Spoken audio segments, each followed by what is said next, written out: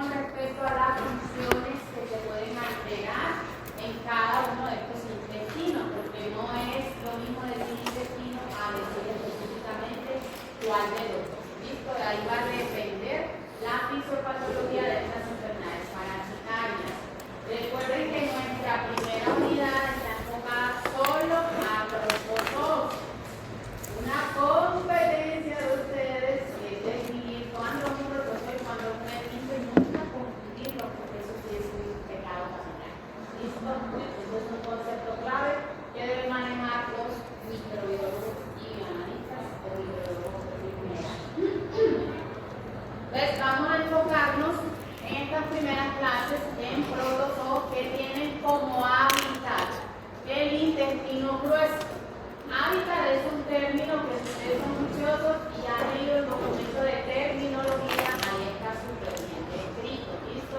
Y es lo que vamos a tratar de hacer y de interpretar en ese primer laboratorio donde vamos a hacer un taller de generalidades, por lo tanto no voy a profundizar en eso ahí.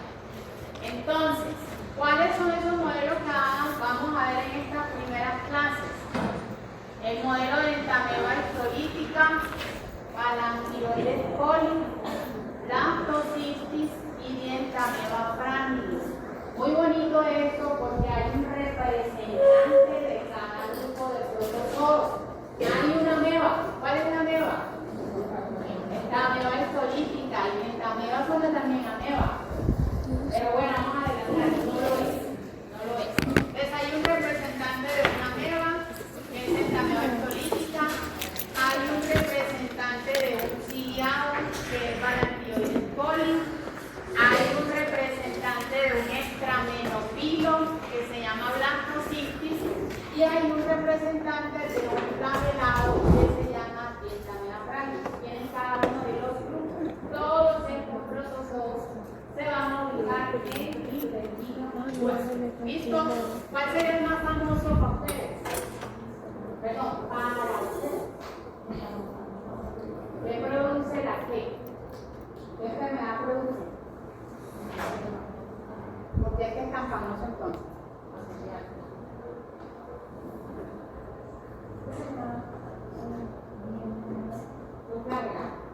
Luego vamos a ver por qué se llama ameba si es flagelado. Luego vamos a ver.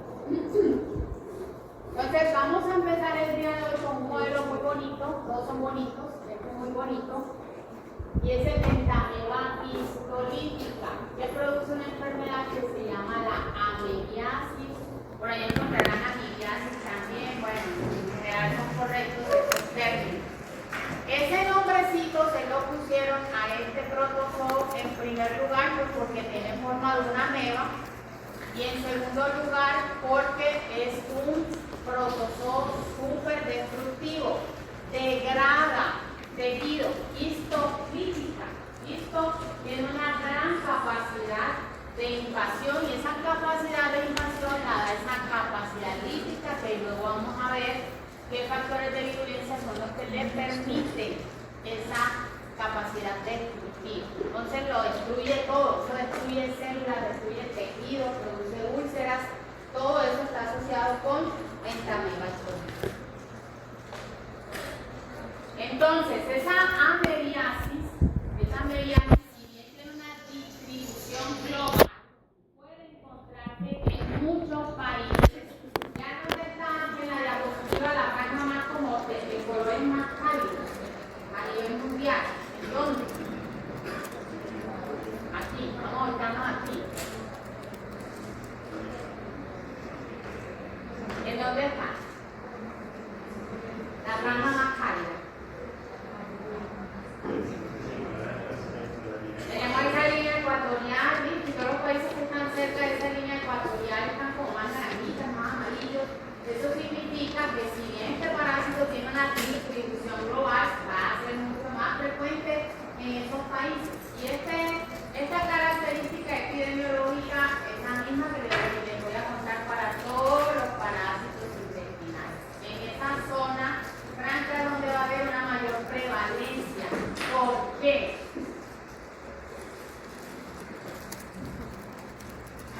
Porque creen ustedes que ahí es donde se van a presentar los valores de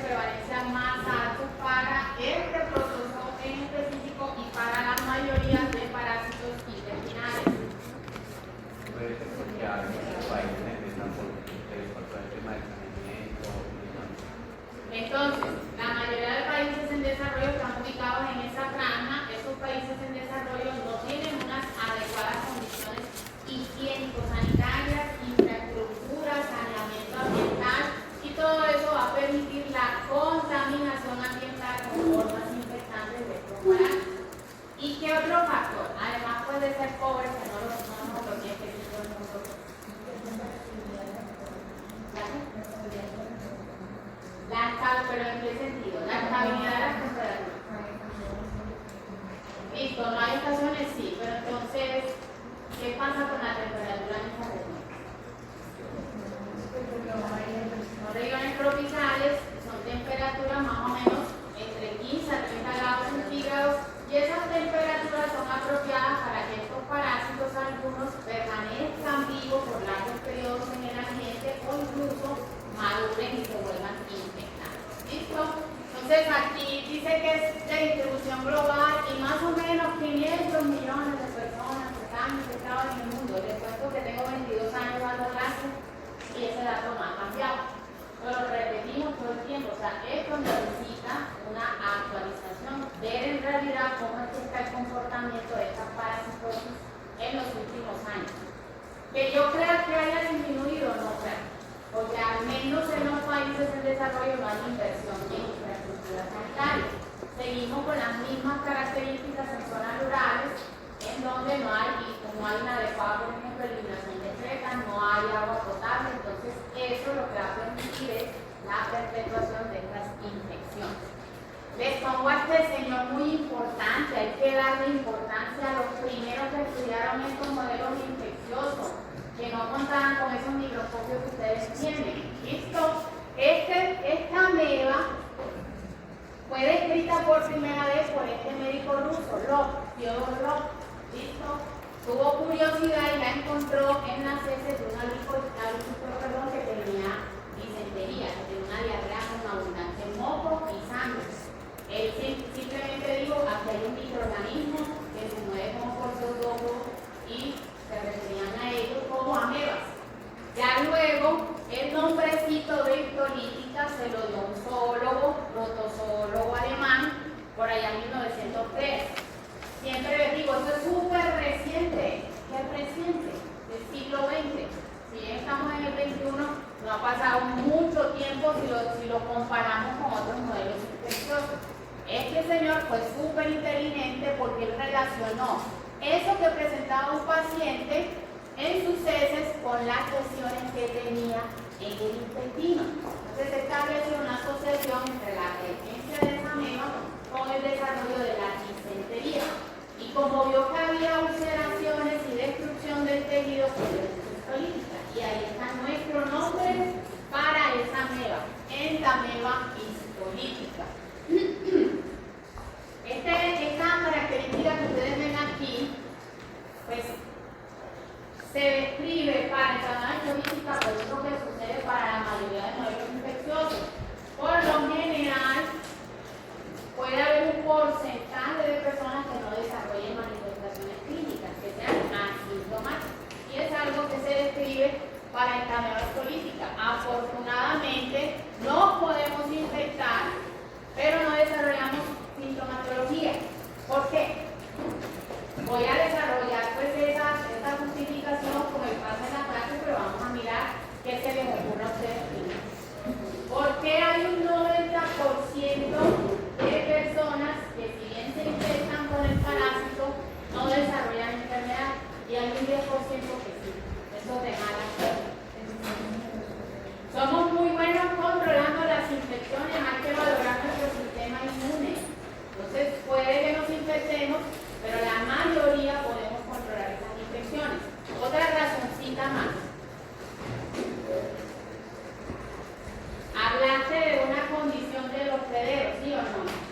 Otra razón. Recordemos lo que les decía el martes, esto es una simbiosis, esto es una interacción. Los factores de virulencia del parásito que se puedan despertar o no en un determinado ambiente intestinal. Eso lo vamos a ver ahorita. Este parásito, si bien es un parásito intestinal que desarrolla una mediasis, generalmente con manifestaciones clínicas intestinales, tiene la capacidad de ir a otros órganos. ¿Cómo es que se llama eso? Diseminación. ¿Listo? Puede ir a órganos diferentes a su hábitat. Y también vamos a ver ahorita cómo es que va a hacer eso. Y eso es un mensaje importante también para ustedes. Se me olvidó habérselo dicho en la parte introductoria. Cuando ustedes les dicen parásito Piensa inmediatamente en qué. ¿En qué piensa? Parásito, ¿en qué piensa? Sean sinceros. En gusano. Listo. ¿En qué más? Si hablamos en términos de manifestaciones clínicas, ¿en qué piensa? Diarrea. ¿Sí o no? Diarrea. Y están restringiendo mucho el patrón de manifestaciones clínicas que tienen las parasitosis. ¿Listo?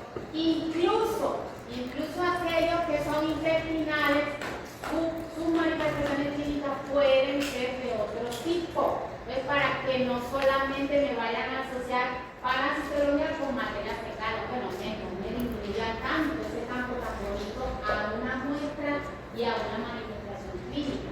Que muchos producen diarrea, claro que sí, porque muchos están ubicados en el intestino, pero dejen de ser minimalistas con los modelos parasitarios. Es decir, estoy siguiendo el respeto por los parásitos. ¿Listo? Porque tienen una amplia variedad de manifestaciones clínicas.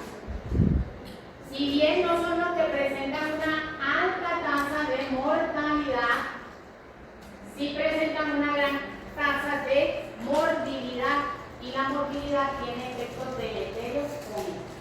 ¿Listo?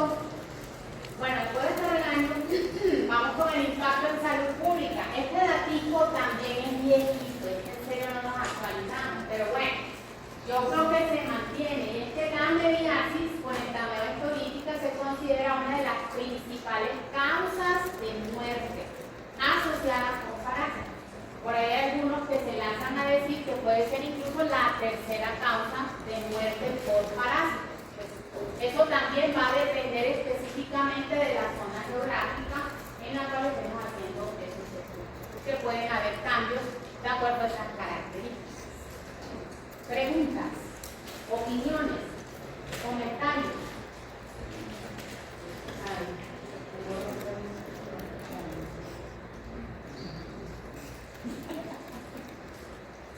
Bueno, pero tengo que ampliar.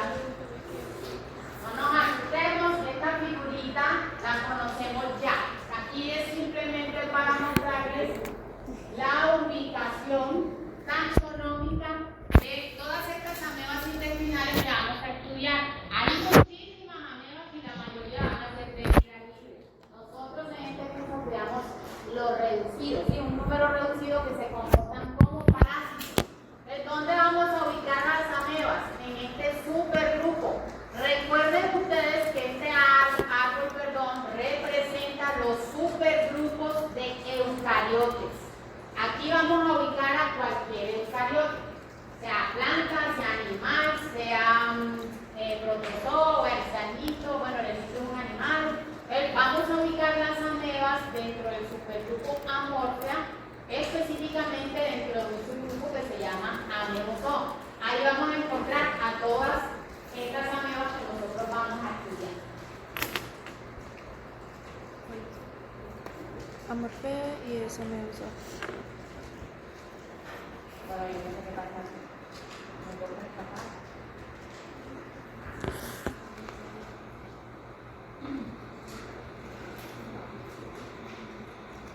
Que le voy a preguntar para las familias, no. Pero aquí es simplemente para ubicarnos. Y si bien al interior de ese subgrupo de Amebozoa, pues vamos a encontrar diferentes familias de amebas, las que nos infectan a nosotros y que tienen importancia en el humano, son dos: la familia Entamerida y la familia Mastigamerida. ¿Listo? Exacto. Ya, eso es lo único que vamos a decir al respecto.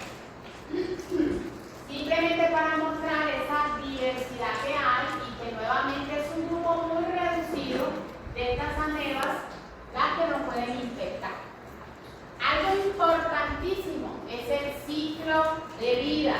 Recuerden ustedes que siempre en estos ciclos de vida vamos a tratar de identificar un hospedero, porque estamos hablando de un parásito, y el parásito como tal. ¿Listo? ¿Qué estadios se están produciendo en este ciclo de vida? ¿En dónde se están produciendo? Y en dónde se están ubicando anatómicamente en esos terrenos. Vamos a ver si recordamos conceptos del ciclo general. ¿Qué tipo de ciclo es este? De acuerdo al número de los terrenos.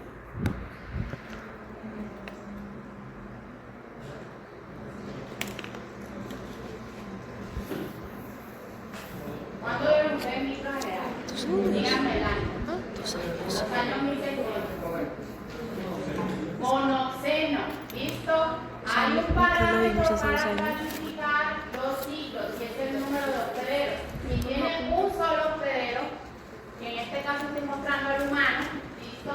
Es un ciclo monoceno. Si tiene dos o más hospederos, es un ciclo heteroceno.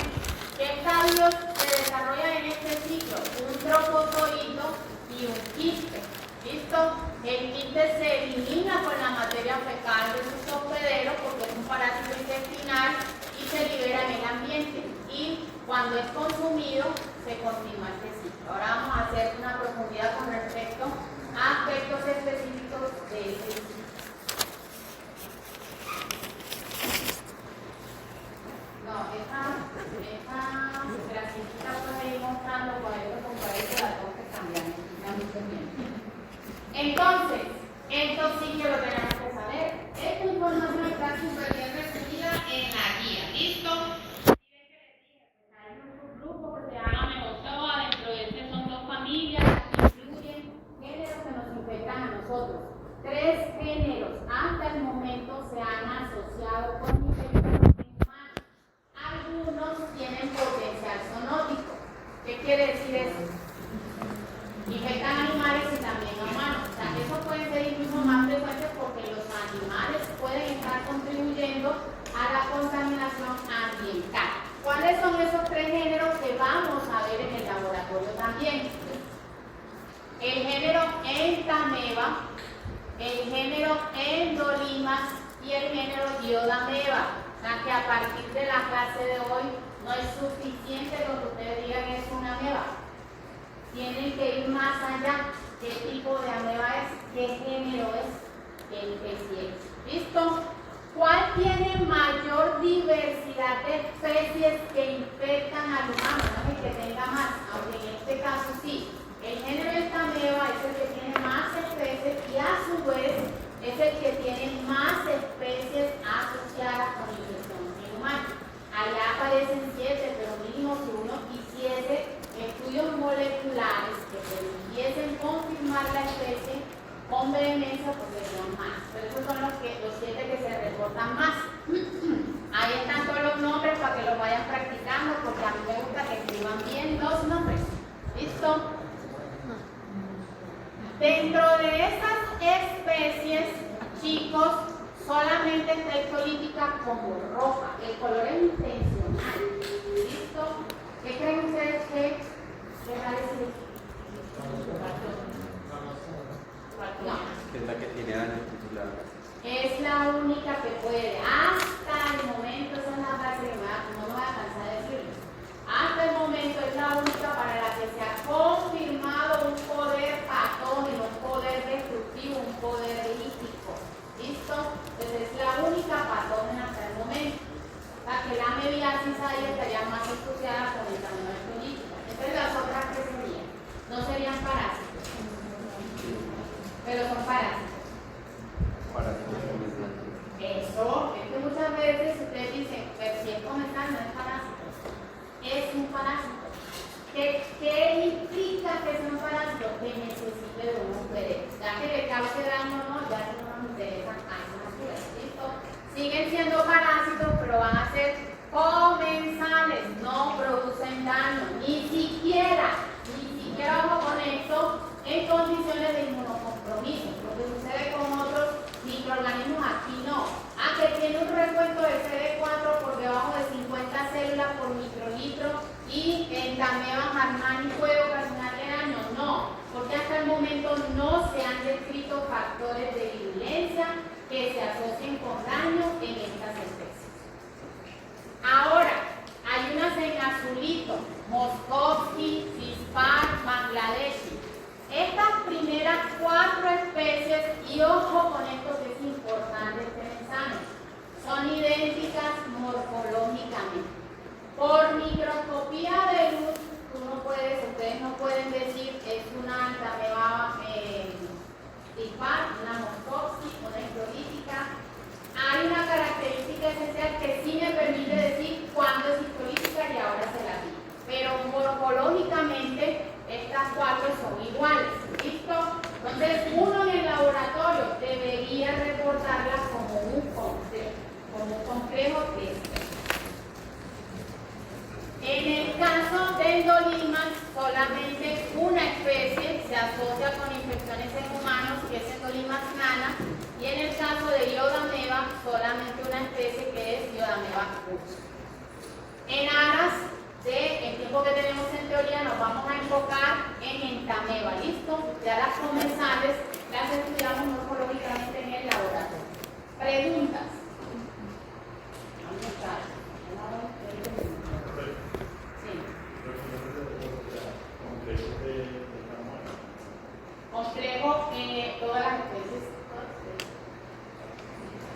autolítica dispar Moscovsky, Bangladesh no, porque hasta un momento solamente se ha restringido al continente asiático.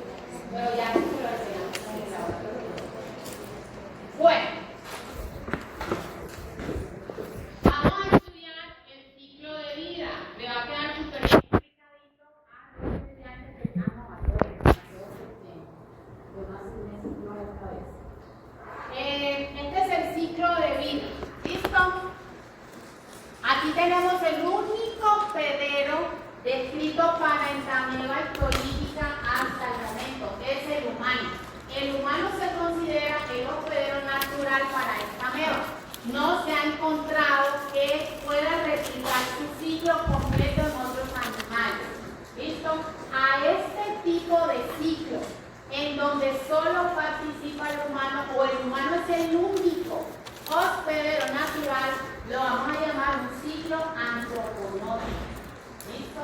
Y miren que un ciclo yo lo puedo estar clasificando con diferentes nombres dependiendo de la característica que coja. Ya cogimos una que era el número de hospederos, monoxemia. ¿Listo? Escogí otra. Hay participación o cuáles son los hospederos naturales de este ciclo. El humano es un ciclo antropomórfico. Y ahí vamos sumando. ¿Listo? Ahí vamos sumando. Entonces, ese humano se puede infectar por entamoeba o con entamoeba histolítica consumiendo una forma infectante. Por excelencia, los estadios o formas infectantes de los protozoos intestinales son los quistes. ¿Por qué? ¿Por qué resisten esas condiciones? ¿Cuál es la diferencia entre un quiste y un trofozoito? Los quistes tienen una capa adicional que se llama parenquística. Eso no lo tienen los trofozoitos. ¿Listo? ¿Por qué tanto? ¿Cuál es la cubierta superficial de un trofozoito? ¿Qué me recubre un trofozoito? Una membrana plasmática normal con la bicapa del quiste y demás. ¿Listo? Y ya el quiste tiene una capa adicional. ¿Listo? Una pared quística que por lo general esas paredes quísticas están compuestas por muchos polisacáridos y glicoproteínas. En el caso de la ameba histolítica y de las amebas en general, la pared quística está compuesta por quitina principalmente. ¿Qué es la quitina? Ya ustedes todos vieron micología. Ahora ninguno vio micología. Es la quitina. ¿Y de qué está compuesta?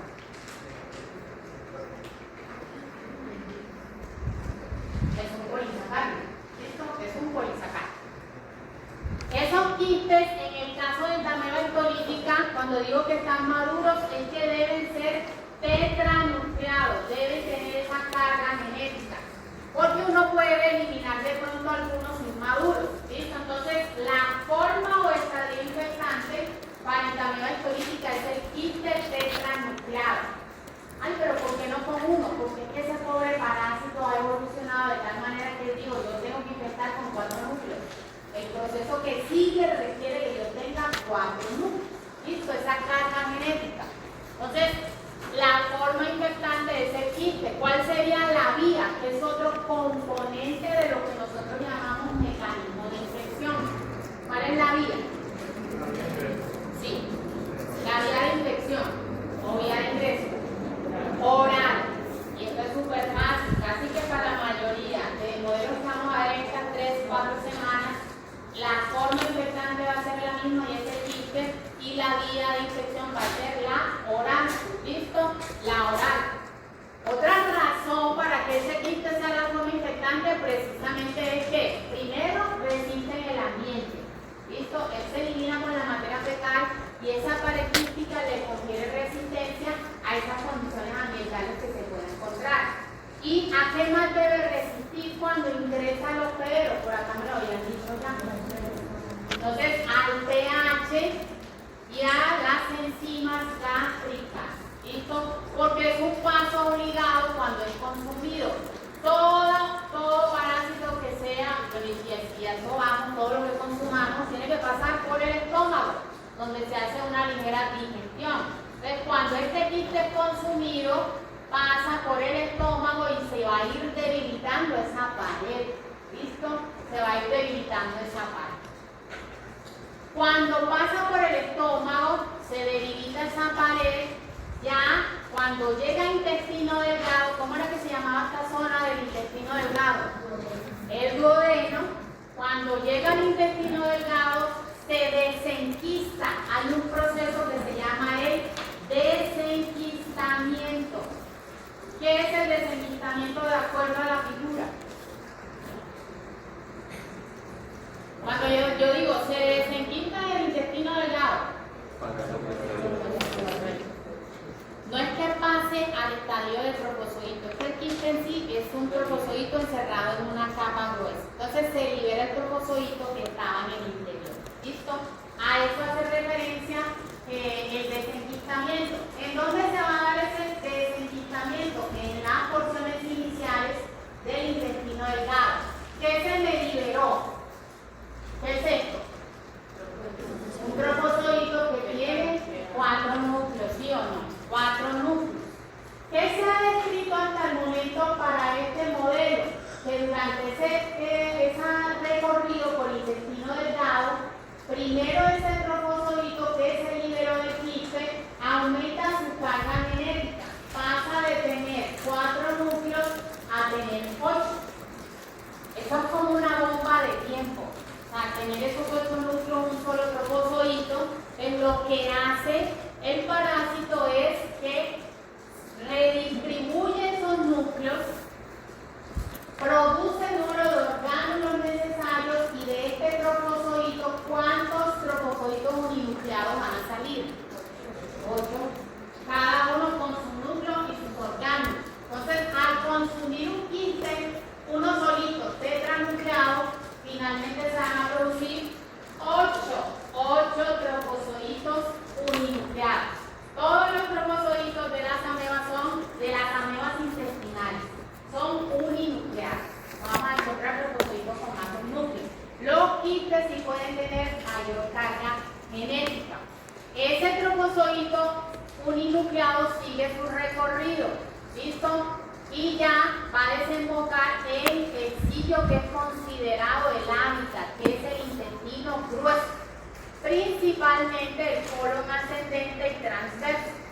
¿Qué va a encontrar ese trofozoito aquí que le va a gustar y por eso se va a multiplicar activamente? ¿Qué creen ustedes? ¿De qué se podría alimentar un trofozoito?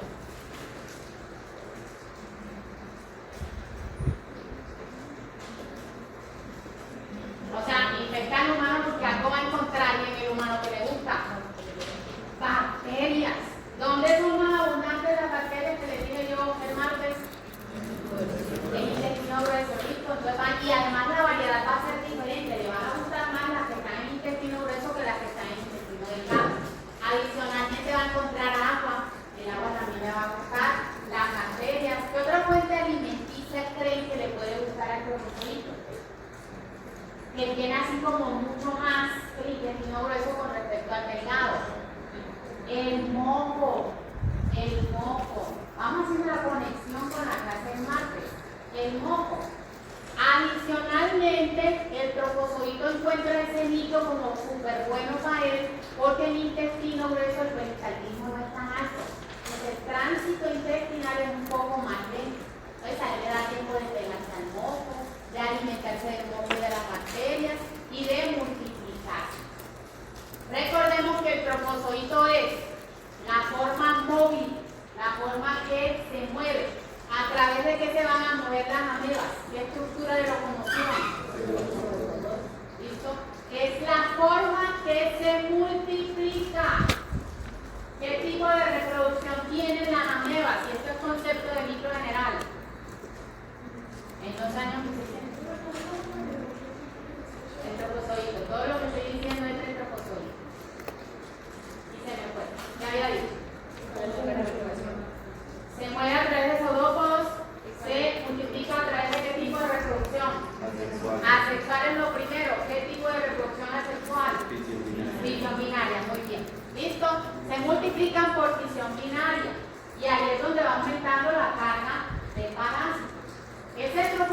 puede estar pegado al músculo todo el tiempo, estar multiplicándose y no ir a capas más profundas. Ahí es donde un paciente está sintomático, porque no está ocasionando daño. ¿Listo? Iba a decir otra cosa, pero se me olvidó. Las nubes van a ser mucho más frecuentes, chicos, o sea que estén atentos, porque se me van a dar ideas. Sí. Vamos a ver. Entonces, digamos que aquí él vive su vida súper feliz. ¿Sí o no? Él va a estar en colon ascendente, en el transverso, donde va a encontrar todos esos nutrientes, suficiente agua. ¿Qué pasa? A medida que él va recorriendo, esos parásitos van recorriendo el colon, cuando ya van por el colon descendente, ahí ya no van a encontrar tanta agua, ahí ya no van a encontrar tantos nutrientes. Eso es una señal de enquistamiento. ¿Qué pasaría con ese trofozoito ahí en el colon descendente? Cuando yo digo se enquista, ¿qué tendría que pasar? Empiezan a activarse los genes que sintetizan los componentes de la pared. ¿Listo? A medida que va bajando por ese colon. Cuando va bajando y encuentra las condiciones del colon en donde no hay nutrientes, no hay agua y no hay suficiente moco, eso es una señal para que empiece el enquistamiento. ¿Listo? Eso sucederá en ese colon descendente. Entonces empieza a secretar la pared, por lo general los quistes se redondean, por eso ustedes van a ver quistes esféricos. Y ahí empieza a aumentar su carga genética. Pasa de tener un núcleo a tener 4. ¿Listo? Y de esta manera se van a eliminar con la materia fecal. Esta es una pregunta que les hago siempre y ustedes se embolatan. O sea, ¿es posible que eliminemos tanto trofozoitos como quistes en la materia fecal? Sí. La pregunta es, ¿con qué frecuencia? ¿Qué es más frecuente que eliminemos si estamos infectados con una ameba? Entonces, por eso hacemos tanto énfasis en el diagnóstico a partir de los quistes. Por ejemplo, ¿en qué ocasiones va a ser muy frecuente que encontremos trofozoitos en la materia fecal? Específicamente hablando de con la diarrea, porque el parásito se está replicando activamente, está ocasionando daño y son tan grandes las cantidades de trofozoitos que se están produciendo que no da tiempo a que se quiten. Y adicionalmente, hagan la asociación, en una diarrea hay un aumento del peristaltismo. Entonces hay un tránsito intestinal muy rápido. Ese pobre trofozoito no encontró la forma de enquistarse. Y ese trofozoito cuando se elimina en el ambiente, ¿qué va a pasar con ese pobre? Ya cuando le dije pobre, ustedes saben cuál es el destino. Muere rápidamente porque él está recubierto por una membrana plasmática, no está recubierto por una pared quística. No se da el enquistamiento en el ambiente, no se da, se tiene que dar en el hospedero. ¿Listo? Y por eso también hablamos de un ciclo monoceno, porque el ciclo se completa en ese hospedero. Ya que las formas infectantes se eliminen con la materia fecal, es diferente. ¿Listo? Entonces se eliminan estas formas y nuevamente van a contaminar el ambiente para poder ingresar a otro hospedero. ¿Cuáles son las fuentes de infección más comunes? ¿Dónde vamos a poder encontrar estos quistes? Puede ser en el agua, pero pueden ser en alimentos. ¿Listo? También puede haber participación ahí de vectores mecánicos como moscas que me lleven los quistes que encuentren en materia fecal que haya sido depositada en el ambiente a los alimentos. ¿Listo? Las fuentes de infección por lo general son agua o alimentos contaminados con materia fecal. Algo se mancilla.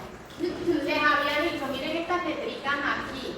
A es la principal localización, es el hábitat del parásito, que es el intestino grueso. Y miren que aquí me están ubicando las letricas del colon ascendente.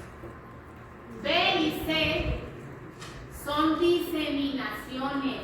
En la ameba escolítica es un protozoal que le van a poner el apellido de invasivo. Todo lo que sea, todo lo que tenga capacidad invasiva, quiere decir que puede llegar a un vaso sanguíneo y localizarse en órganos diferentes al intestino. ¿Cuál órgano? Principalmente hígado, pero puede irse al izquierdo, ¿listo? Al izquierdo. Entonces esas son las diseminaciones. Sí.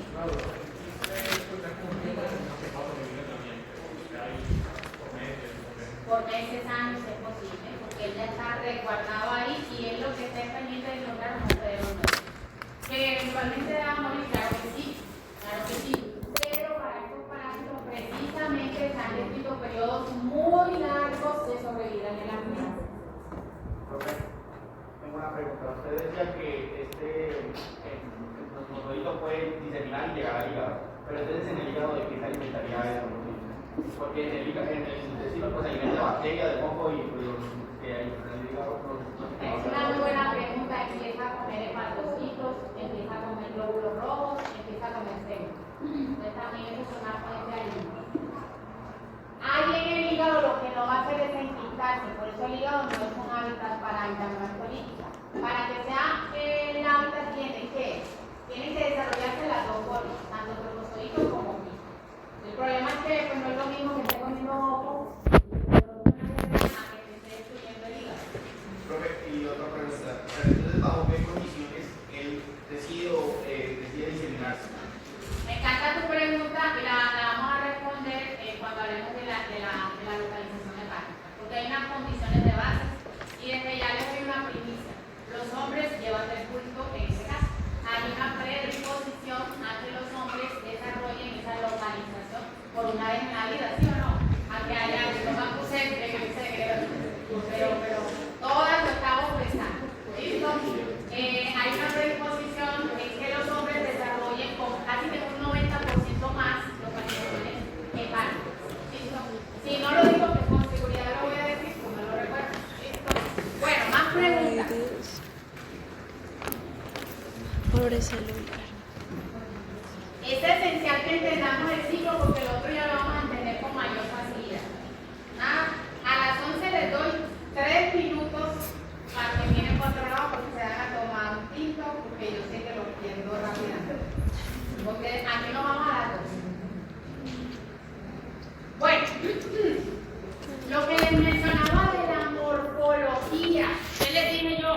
4 especies son idénticas morfológicamente. Entonces, a nivel de los quistes, no hay manera de decir ese quiste de quién es.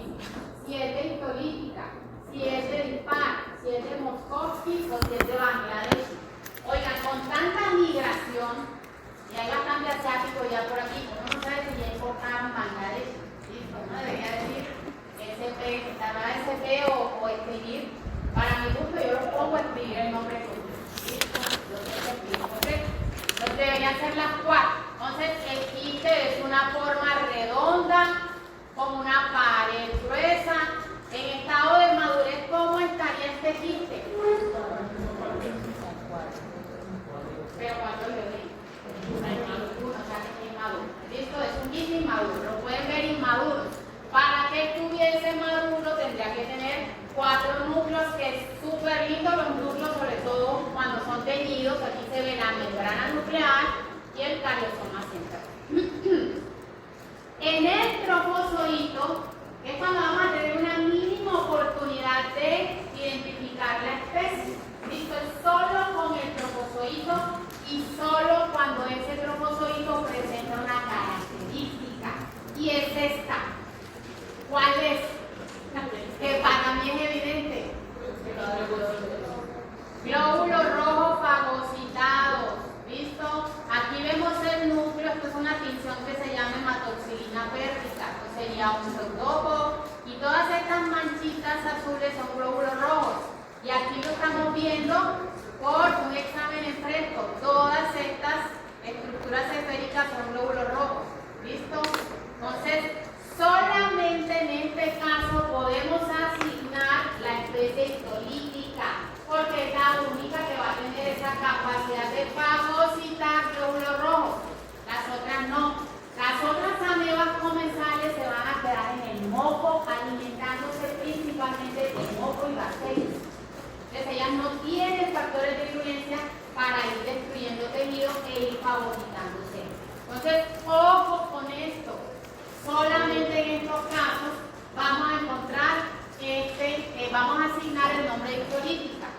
¿Y cuándo vamos a encontrar con mayor frecuencia estos trofozoitos? Nuevamente en un paciente que esté sintomático, en un paciente que tenga una diarrea, ¿listo? Una diarrea de tipo disentérico.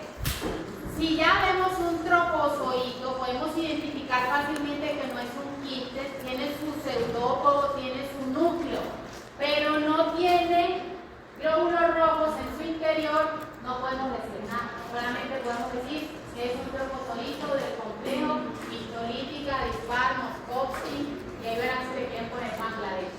¿Listo? Es los cuatro, porque morfológicamente no tenemos forma de diferenciar.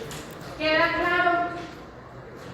Esto lo vamos a repetir en el laboratorio, pero como ustedes insisten en hacer lo contrario, yo vuelvo y se los digo. ¿Listo? Solamente cuando vemos esta característica. Ahí tienen. ¿Cuál es cuál? Ya ustedes deben escoger el concepto para saber cuál van a seguir. Bueno, preguntas.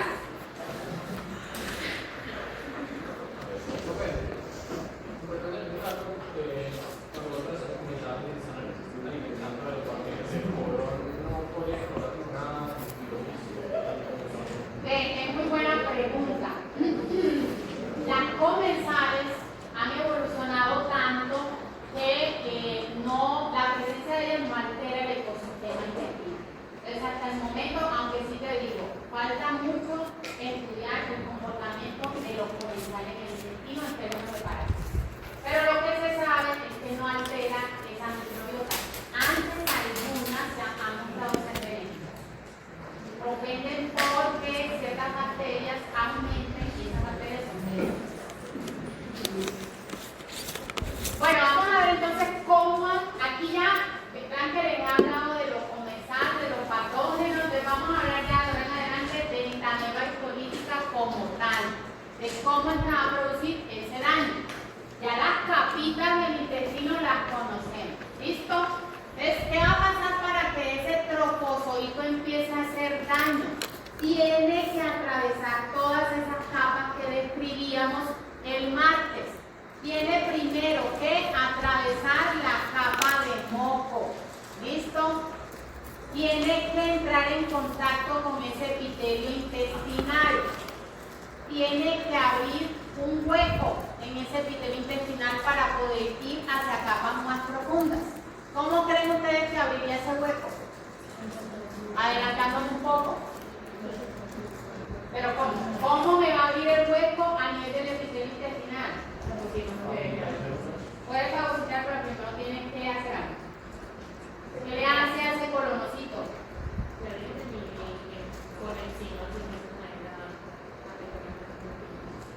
Lo que viene siendo como una citotoxicidad, lo mata. ¿Listo? Salieron y lo mata. Ahora vamos a ver cómo.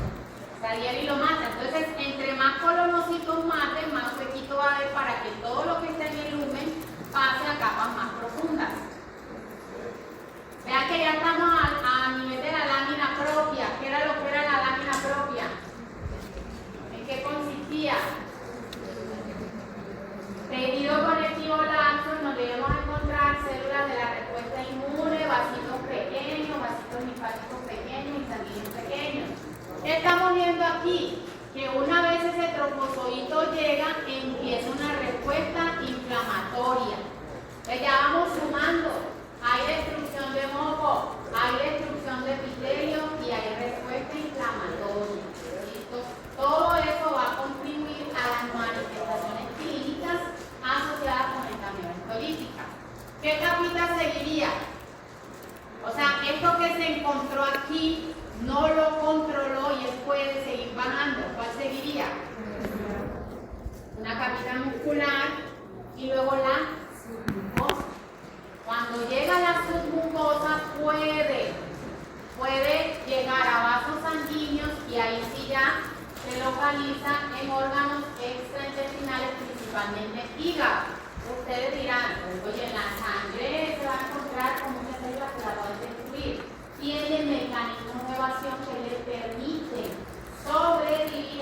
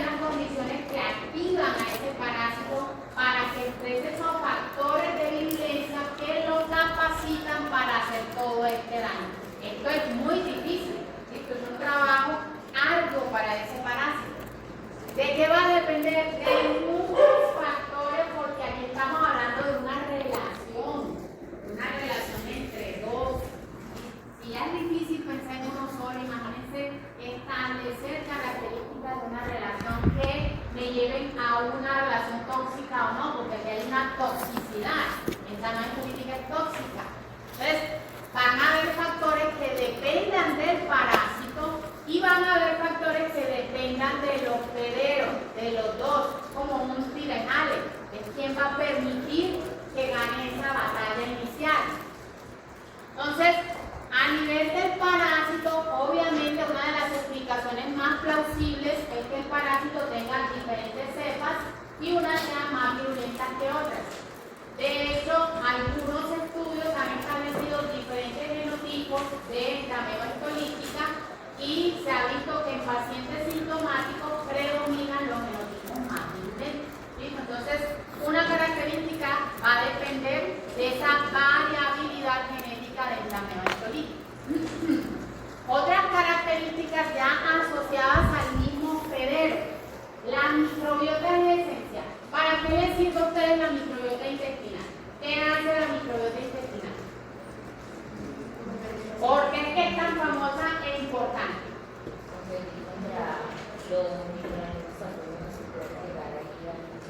¿Cómo?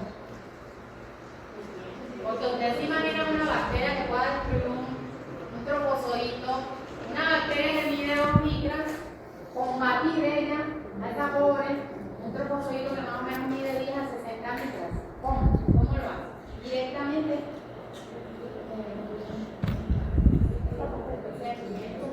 ¿Por qué es tan importante la microbiota intestinal? ¿Qué es lo que hacen esas bacterias que sin ellas nosotros pues vamos ahí en declive?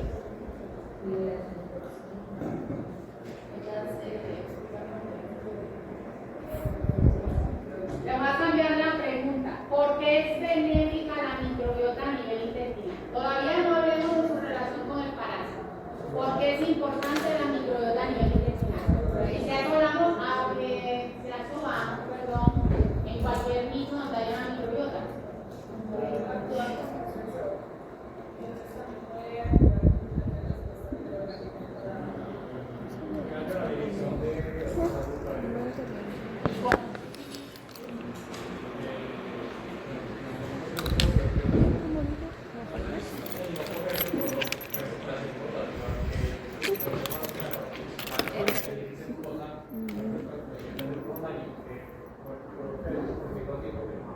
Es que tenga que producir esa bacteria para incluir en la digestión de la celulosa.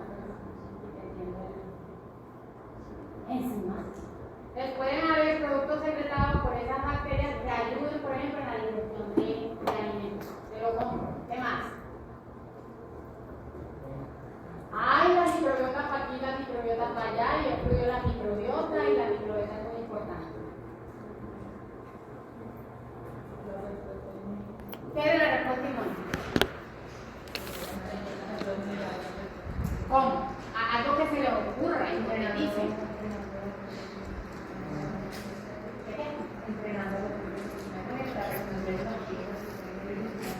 Bueno, no sé si participa en un entrenamiento musical. ¿Cuál era una de las principales barreras naturales a nivel intestinal? El moco. ¿Listo? Las bacterias pueden inducir a las células del lodo a que produzcan moco. Y ahí están manteniendo esa integridad del epitelio intestinal, evitando de manera indirecta que un organismo pueda causarla. Vamos a repasar un poquito cuáles son las funciones de esa microbiota intestinal. ¿Listo? Entonces, pueden, incluso esa misma microbiota puede ser apetecible o no para esa bacteria, para esa ameba, perdón. Se ha demostrado, por ejemplo, que la presencia de bacterias patógenas en el intestino activan los factores de virulencia de la ameba histolítica. Entonces, una microbiota intestinal saludable no, pero si hay presencia de bacterias patógenas, eso va a influir en que esa ameba exprese más sus factores de virulencia. Entonces, hablamos de la composición de la microbiota, de la diversidad. ¿Listo? A nivel del hospedero, pues todo lo que tenga que ver con alteraciones en ciertos genes que puedan determinar si hay susceptibilidad o no, es lo que se relaciona con el hospedero y que se pueda desarrollar a su vez una amebiasis invasiva. Por ejemplo, hay ciertos polimorfismos en genes que codifican para el complejo mayor de histocompatibilidad de 2 que se han asociado con susceptibilidad a la amiliasis invasiva y polimorfismos en otros genes también. Entonces fíjense que esto es multifactorial y va a depender tanto del parásito como del hóspede. No nos asustemos con este cuadrito, porque ya mucho de lo que está ahí lo he visto. Mucho de lo que está ahí lo he visto. ¿Listo? Vamos a ampliar un poquito cómo es que está ocasionando ese daño en el parásito. Ya les dije, tiene que ir atravesando todas esas capas, pero yo no les dije cómo. Entonces vamos a ver cómo es que va a atravesar esas capas. Entonces está ese trofozoito que se liberó en la luz intestinal. Lo primero que tiene que hacer ese trofozoito para no ser arrastrado por el flujo intestinal. ¿Y cuál es la primera superficie que encuentra el de papaya para adherirse? El moco. ¿Y qué usa cualquier microorganismo para adherirse a algo? ¿Algo sí o no? ¿Cómo qué? Pues proteínas de superficie, lipoproteínas de superficie. Entonces, ese trofozoito en su superficie va a expresar muchas proteínas que le sirven para ese primer paso esencial que es la adherencia.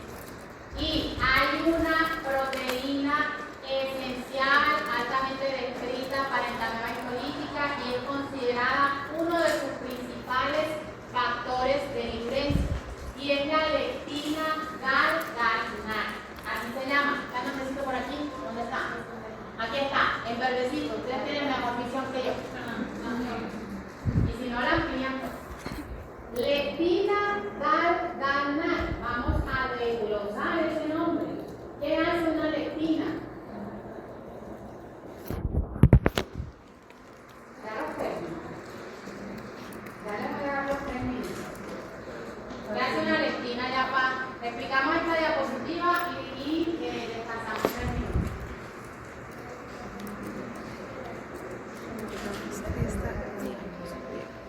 Sí, pero a nivel de adherencia ya había una lectina. ¿A qué se une? ¿A qué se une la lectina? Cuando le dicen a ustedes lectina, es algo que se une a estructuras que tengan componentes glucídicos, que tengan azúcares. ¿Listo? Eso es una lectina. ¿De qué está compuesto el moco? De mucina. ¿Qué es una mucina? Es una proteína que tiene un componente glucídico también, o sea que hay abundante cantidad de azúcares en ese moco para que esa lectina se dé. Entonces, ¿a qué tipo de azúcares se va a pegar esa lectina específica? Se llama lectina galgarinal. Ahí está el nombre del molécula, hagan el ejercicio. A residuos de la lactosa, a mucina cetrina, residuos de la lactosa y de N-acetilgalactosamina. De ahí viene ese nombre, lectina galgarinal. ¿Es la única que le sirve para adherirse al moco? No, eso es lo que tiene un arsenal de proteínas en su superficie.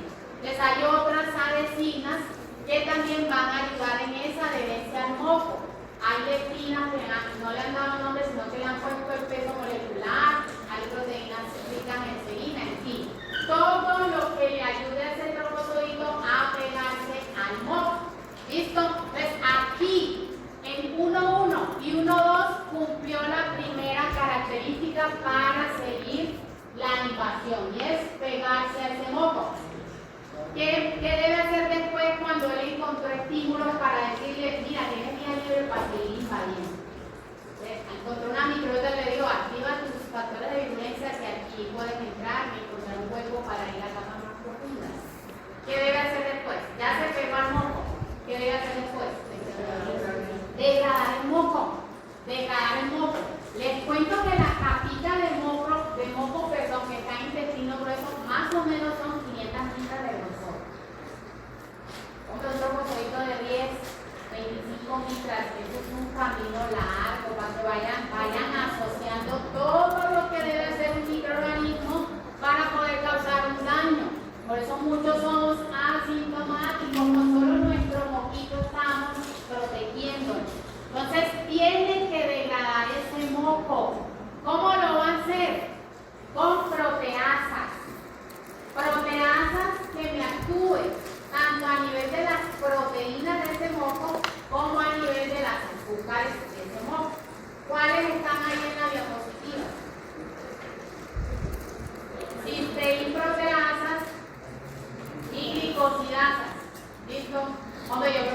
definir cuál va a actuar sobre cuál. Entonces, la proteína cisteinasa sobre la parte proteica de esas mucinas y la glicosidasa sobre esas porciones de azúcar. Y con eso se está garantizando abrirse paso en esa capa de moco. ¿Listo? Proteína cisteinasa y glicosidasa. Pues son proteasas en general, unas actúan sobre las proteínas de ese moco y otros sobre las porciones glucímicas. Miren que ya aquí abrió espacio en esa capa de moco y ¿con quién se va a encontrar? Con los colonocitos ya, recuerden que estamos en el colon, ¿listo? Con los colonocitos. Entonces, hay otros factores de virulencia que pueden producir estos trofozoitos. Aquí hay dos que actúan a distancia, por eso es que se llaman mecanismos independientes de contacto. Pueden liberar factores solubles que van a alterar el transporte de electrolitos. ¿Cuáles factores solubles? Ahí dice que serotonina y prostaglandina E2. El más seguro para enfermedad electrolítica es la prostaglandina E2. Listo, con la serotonina tengo mis dudas. Entonces, ¿qué van a hacer esos factores que producen el trofozoito? Actúan a distancia sobre el colonocito para que haya una salida de electrolitos. Por eso es que se llama una respuesta secretora. El colonocito empieza a secretar electrolitos. ¿Listo? Si hay salida de electrolitos, ¿qué pasa? Salida de agua y diarrea. ¿Listo? Salida de agua y diarrea. Entonces, esto es una respuesta secretora. Y ya vamos con un tercer efecto que tiene. ¿Qué más podría hacer ese trofozoito que yo les preguntaba? ¿Cómo hace ese hueco? Ese huequito para seguir avanzando por esas capas lo puede hacer matando uno a uno esos colonocitos. Y adicionalmente puede alterar las uniones fuertes, vasolaterales de esos colonocitos. ¿Saben ustedes cuáles son estas uniones fuertes? Recuerden que las células de un epitelio deben estar pegadas en su parte lateral y que deben haber proteínas que me sellen ese espacio, porque si hay un espacio, todo lo que esté en la luz va a pasar a capas más profundas. A eso es lo que llamamos las uniones fuertes. Entonces, estos parásitos tienen también proteasas que me van a alterar esas proteínas y ahí también empieza a abrirse ese huequito por el cual va a atravesar ese trofozoito. A esto, ¿cómo lo vamos a llamar? Una alteración de la barrera intestinal. Entonces, retomando, el trofozoito se pega al moco, el trofozoito degrada el moco, el trofozoito altera las uniones que me permiten la integridad de ese epitelio intestinal. Todo esto para abrir un hueco y poder ir a capas más profundas. ¿Listo? ¿Cómo va a degradar esas proteínas de las uniones fuertes? Si no se saben los nombres, pues, ¿qué me degradan a mí las proteínas? Unas enzimas. ¿Cómo llaman esas enzimas? Proteasas. Y uno de los principales factores de virulencia, van a la segura. En los modelos de parásitos son las proteínas cisteinasas. Las proteínas cisteinasas no solamente me degradan moco, también van a participar en la degradación de las proteínas de las uniones fuertes. Y si a eso vamos, las cisteinoproteasas también se degradan inmunoglobulinas y complementos, o sea, también pueden participar en la evasión de la respuesta inmune. Preguntas hasta aquí.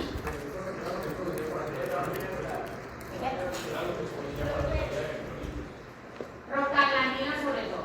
¿Listo? La prostaglandina actúa sobre receptores del colonocito e induce a que haya secreción de electrolitos. Si hacemos la prostaglandina también puede alterar las uniones fuertes.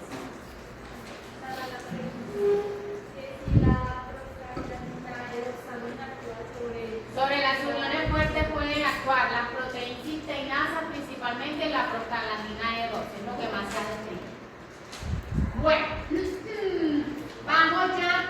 que hace el trofozoito cuando entra en contacto con ese colonocito.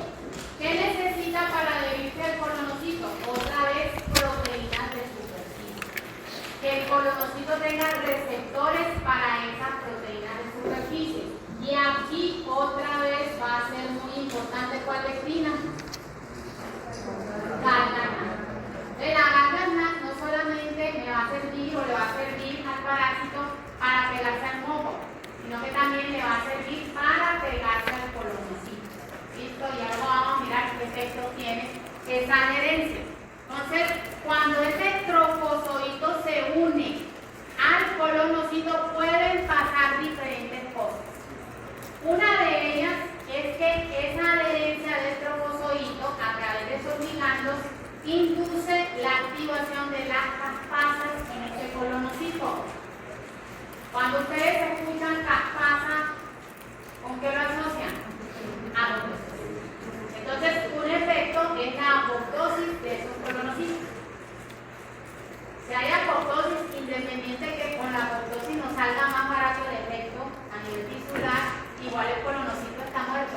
Entonces, me va a ir matando paulatinamente los colonocitos de ese epitelio. Entonces, apoptosis. Otro efecto que puede tener ese trofozoito cuando se adhiere al colonocito es algo que llamamos trogocitosis. ¿Han escuchado hablar de la trogocitosis? De pronto en inmunología. ¿Qué es la trogocitosis? Entonces, va mordiendo poco a poco células que están vivas. O sea, esa muerte todavía digo yo que es como peor. ¿Sí? También en la apoptosis, pues, ella misma decide por recomendación del trofozoito morirse. ¿Listo? Pero en la trogocitosis la va mordiendo paulatinamente. Entonces, trogocitosis es mordidas de células vivas. Obviamente, en la medida en que la siga mordiendo, pues la va a matar. Entonces, el efecto final va a ser el mismo, se muere el colonocito. Hay fagocitosis. Claro, es una ameba. Uno de los principales procesos que hace el trofozoito de una ameba es fagocitar. ¿Qué va a fagocitar? Principalmente células muertas. ¿Listo? El proceso de fagocitosis se asocia a células muertas y también utilizaría la fagocitosis para alimentarse, para consumir bacterias.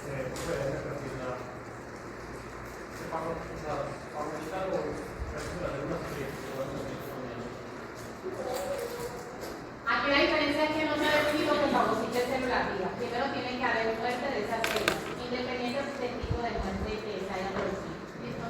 Que eso también le sirve como alimento.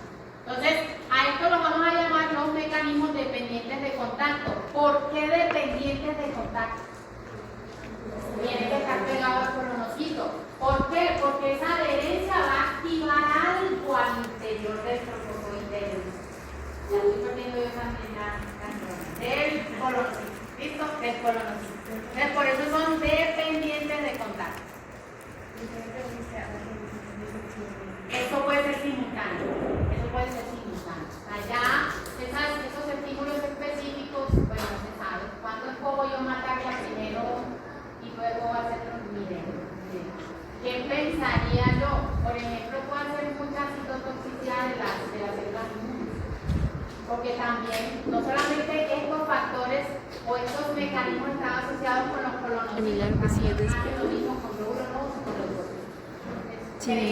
Pero no hay como una receta que te diga. Sí, pero la primera clase sí me duerme.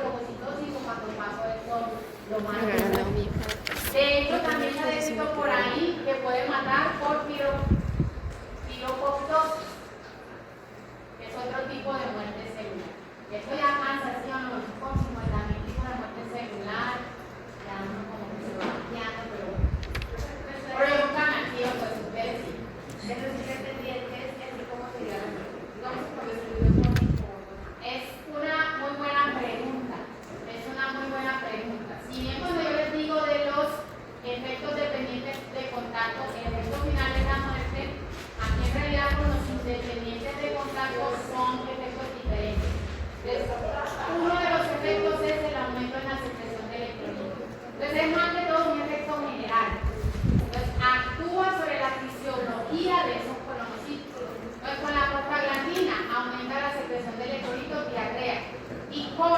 alteración de las uniones fuertes hay alteración de la barrera intestina. Entonces son como situaciones alternas que se dan en cuanto a la viabilidad del colonoscopio.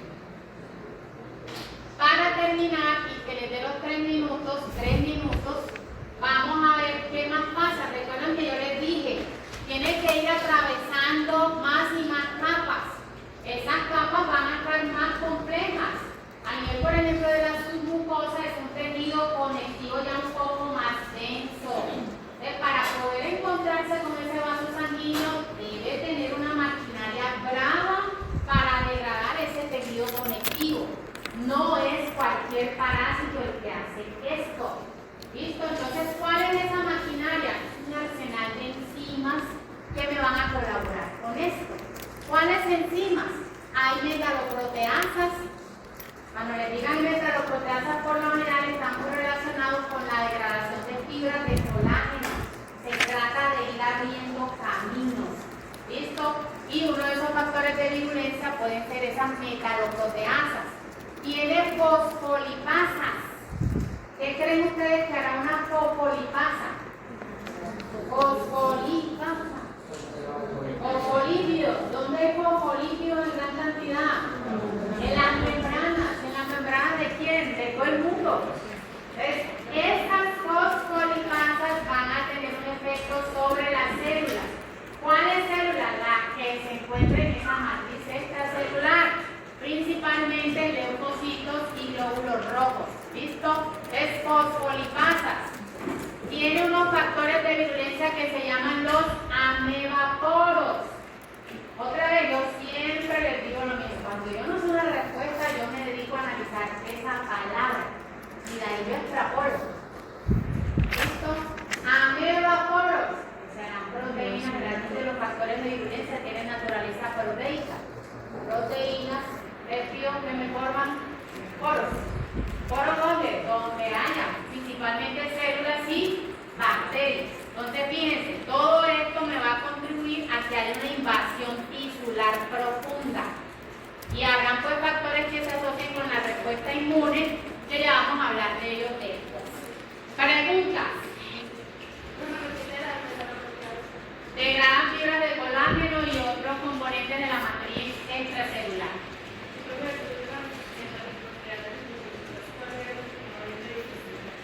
¿Cuál me faltó que no me acuerdo? Los amebaporos.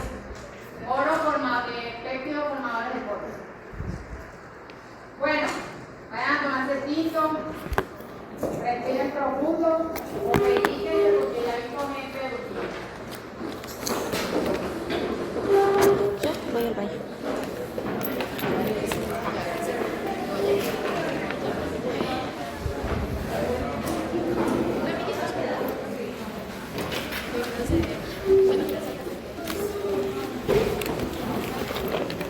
No, porque el que sale rápido Usted sale también rápido. tiene buñuelos.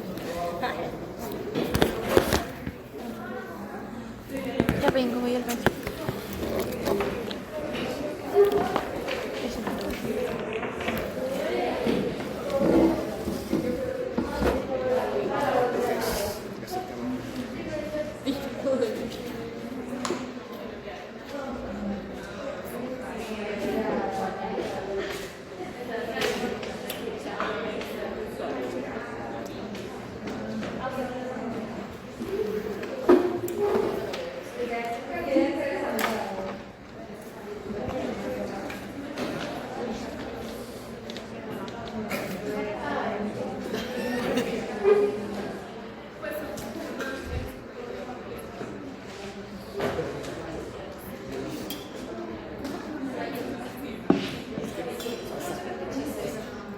¿Dónde estaba? ¿Vino sola?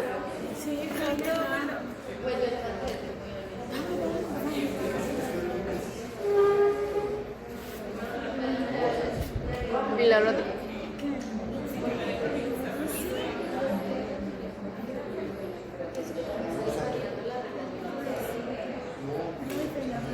¿Y la otra?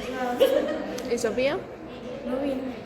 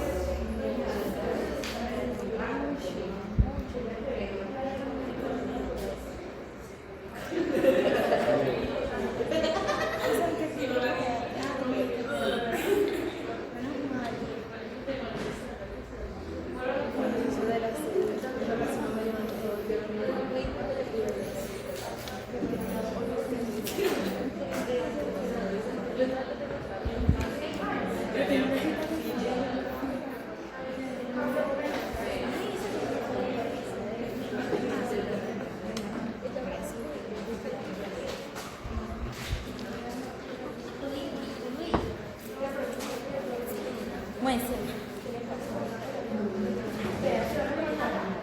Mira, me pasa lo mismo que a mí de las escaleras. Y mañana se le amanece hinchado hasta el aire. Eso antes el domingo.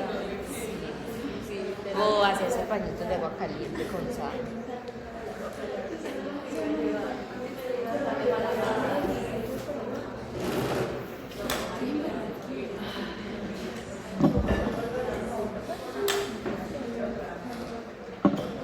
That way. Ya empezó.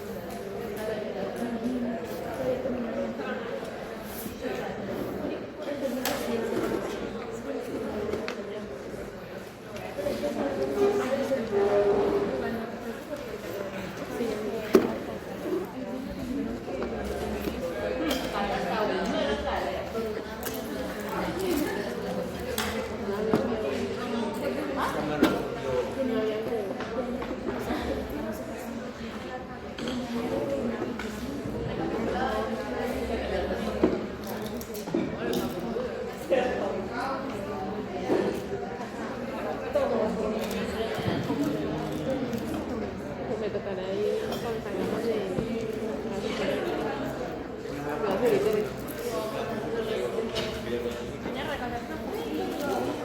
Bueno, pasaron 3 minutos.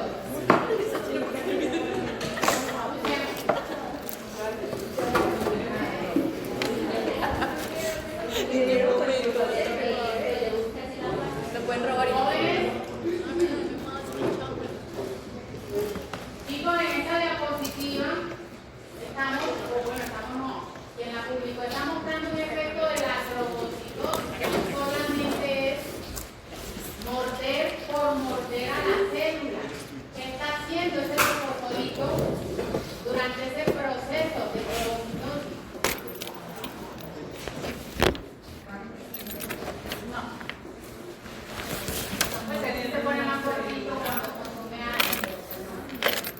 Este es el trombocito y aquí estamos viendo su interacción con un hepatocito. ¿Listo? Se camufla. La trombocitosis es un mecanismo también que le ayuda a evadir la respuesta inmune a estas amebas que son súper inteligentes. Les digo que son más inteligentes que nosotros. Y además están compuestos por una miserable célula. Nosotros hemos manifestado mucha ignorancia teniendo muchas células especializadas. ¿Listo? Entonces, ellos sacan al máximo su poder. En este caso, ¿qué está haciendo esta ameba al hacer trombocitosis de este hepatocito? Expresando antígenos de ese hepatocito para camuflarse. Es un mecanismo súper lindo también. ¿Listo? O sea, que lo utiliza como una estrategia de mimetismo molecular. Algunas veces los antígenos, que ya vamos a hablar de ellos, los antígenos que utiliza para mimetizarse son antígenos que actúan mucho, por ejemplo, a la hora de la formación, de evitar la formación de la cascada del complemento. Entonces ahí estamos evadiendo esa respuesta inmune. Entonces es un efecto dependiente de contacto que, si bien mata la célula, está aprovechando lo que tiene esa célula para evadir la respuesta inmune. Y hablando de respuesta inmune, a ustedes les gusta la inmunología. ¿Por qué? Con toda la sorpresa del mundo. Es algo que está como tan inherente a lo que teníamos. ¿Qué nos hace falta para enamorarnos de todo, pero de la inmunología también, y de integrarla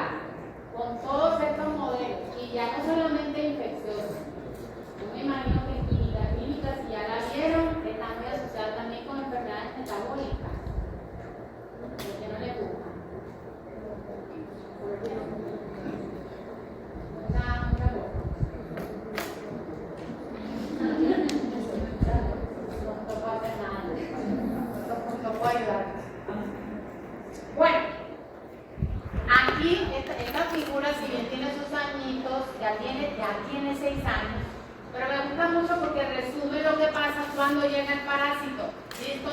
En cada una de las capas en las que pueda estar. Lo verde es el moco. Recuerden ustedes, hay barreras naturales que controlan rápidamente una infección. Todos esos van a ser componentes de lo que llamamos una inmunidad innata, que no necesita de una activación previa, que responde rápidamente y debido a esa rapidez controla los agentes infecciosos. Es casi que la gran mayoría de microorganismos se quedan en el moco. Esa es una barrera intestinal. Ya les había dicho, el trofozoito secreta proteasas que me van a degradar el moco y que me van a degradar todo lo que esté en ese moco que pueda tener un efecto contra ese microorganismo, como péptidos antimicrobianos, como inmunoglobulina A. ¿Listo? Ahí en ese moco están dispersos todos esos componentes.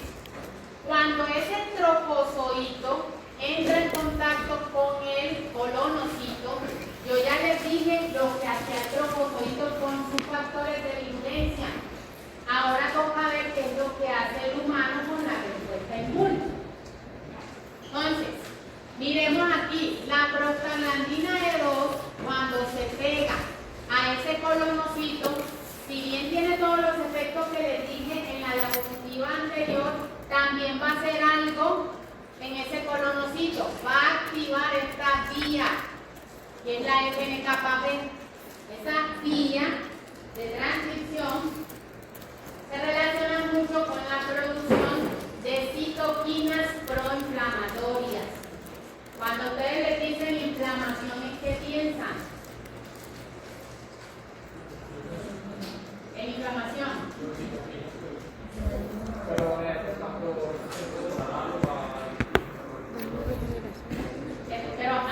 sea, no se queden con la citoquina apenas.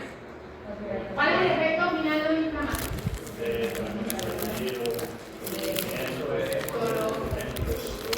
Y todo eso gracias a que llegan muchas células que las reporten a ese sitio. ¿Listo?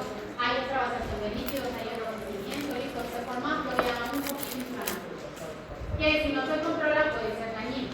Entonces, esta llegada del trofozoito, de todas maneras, el humano la detecta. Entonces se empieza a producir, por ejemplo, interleuquina 8, que es lo que llamamos una quimiosina, que es atrayente de células que pueden estar incluso en la sangre para que lleguen a esa lámina propia. Hay otros factores que tienen el trofozoito que van a despertar esa respuesta inmune. Otra vez tenemos la leptina galganat. Aquí estaría actuando como un PAM. ¿Qué son los PAMs? Patrones moleculares de asociamiento de patógenos. ¿Listo? Que se asocian con qué receptor en las células. ¿Cómo se llaman esos? Los TLRs. ¿Listo? Los TLRs. Entonces, cuando esas leptinas se unen a los TLRs, también hay activación de esa vía, la NF-κB. Oigan, no es la única, pero pues se cansan con esto, imagínense si les digo el resto. Entonces es como de las principales.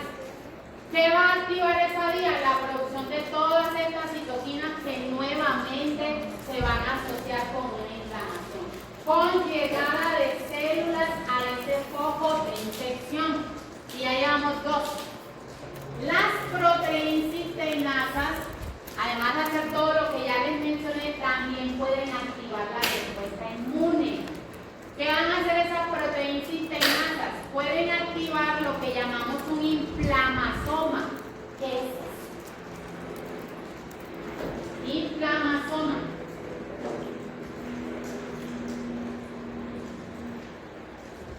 Pero se han escuchado la pregunta. ¿Qué? ¿Pero qué es?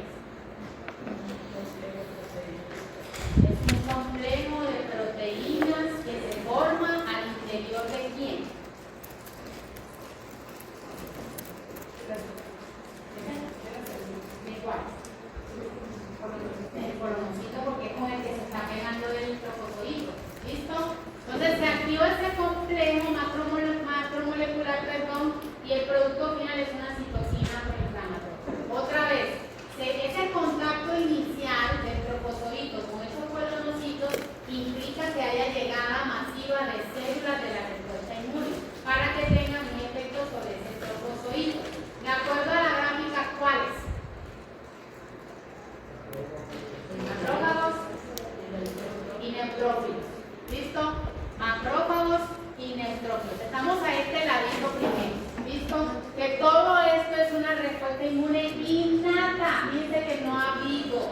presentación antigénica del linfocito aquí. ¿Qué fue lo que tuvo que hacer el trombocito? Adherirse al colonoscito y a ella le avisó al humano qué es lo que debe hacer. Entonces, llegan macrófagos y llegan neutrófilos. Claramente hay un mecanismo por el que ese neutrófilo puede actuar sobre el trombocito. ¿Cuál? Liberan material genético para formar una red. ¿Y cómo se llama esa red? Las trampas extracelulares. ¿Listo? ¿Y qué tienen esas trampas extracelulares que me puedan matar al trombocito? Tienen una serie de tejidos o enzimas que pueden actuar sobre la integridad de este trombocito. ¿Qué me está haciendo el macrófago según esto? Produce óxido nítrico. El óxido nítrico es una molécula antimicrobiana de gran importancia. Tiene efecto no solamente a nivel de la membrana, sino a nivel nuclear también. Todo eso va a contribuir a la muerte de este trombocito que fue tan inteligente y pudo llegar a la vida propia. ¿Listo? Entonces, podemos controlar este parásito con nuestra respuesta inmune innata. Pero ¿qué pasa? Ese parásito puede evadir esa respuesta. Entonces, si la innata no me sirve, ¿a quién tengo que recurrir? A Superman, no, a la inmunidad específica. ¿Listo? Pasamos de la innata a la específica. Vámonos por este ladito de acá. ¿Qué implica la inmunidad específica o adaptativa?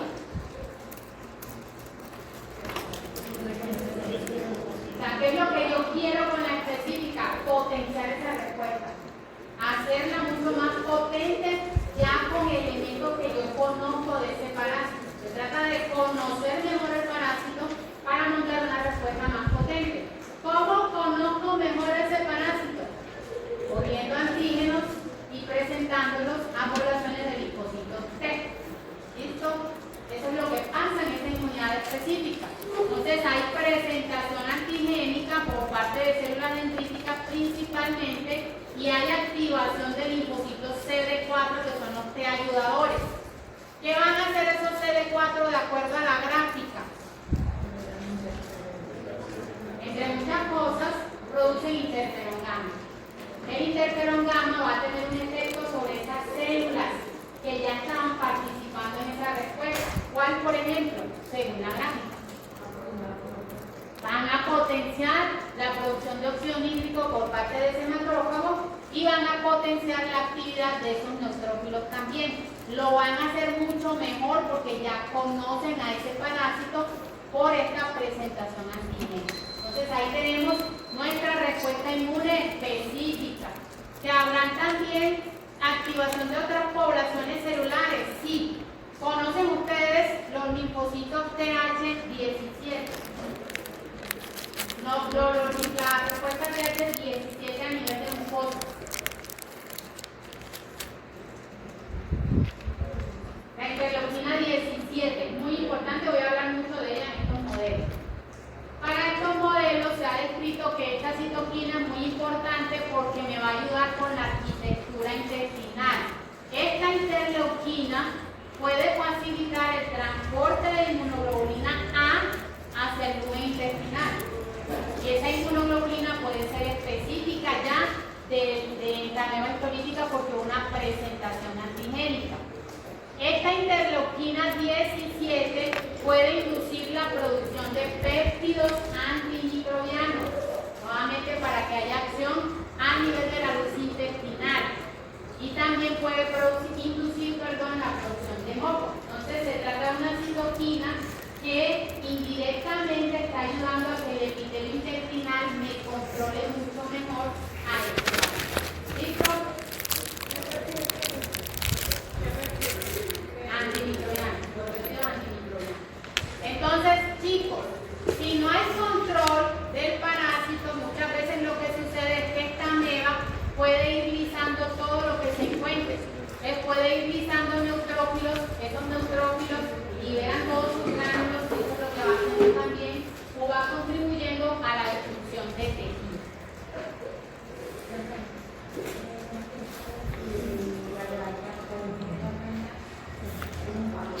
Actúa como pan ahí porque me va a activar la producción de citoquina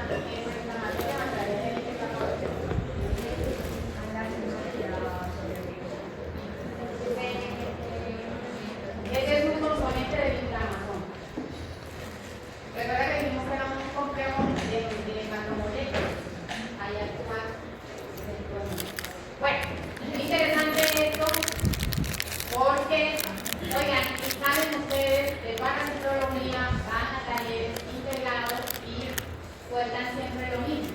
La respuesta inmune frente a parásitos intestinales se asocia a eosinofilos. Hay una eosinofilia. Y quedan tan panchos ustedes con esa enunciada. ¿Dónde mencioné yo aquí a la eosinofilia?